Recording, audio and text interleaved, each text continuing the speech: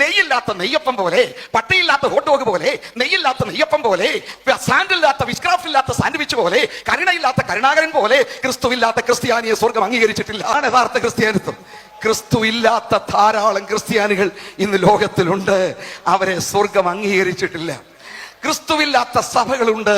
ഗലാത്യർ 4:19 പൗലോസ് പറയുന്നു, ക്രിസ്തു നിങ്ങളിൽ ഉരുവാകുവോളം ഞാൻ പ്രസവവേദനപ്പെടുന്ന എന്റെ മക്കളെ, വിശ്വാസിയെങ്കിലും ഇന്ന് രാത്രി ഒന്ന് ശോധന ചെയ്യൂ. ക്രിസ്തു നിന്നിൽ ഉരുവായിട്ടുണ്ടോ?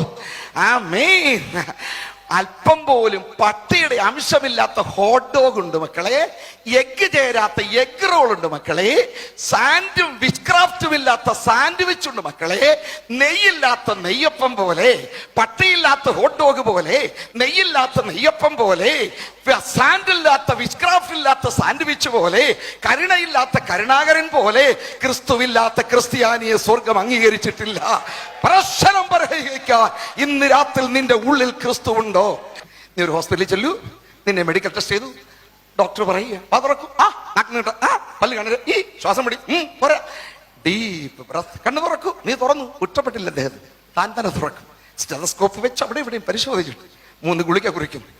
ഇത് കാലത്തും ഉച്ചയ്ക്കും വൈകുന്നേരത്തും 3 നേരം കഴിക്കാൻ പറയുമ്പോൾ ഞാനിപ്പോ തിന്നില്ലെങ്കിലോ എന്ന് ചോദിച്ചാൽ ഇതിന് വേറെ അസുഖമുണ്ട് മക്കളെ. രോഗം വേറെ ആശുപത്രി പോയി ചികിത്സിച്ചിടുക.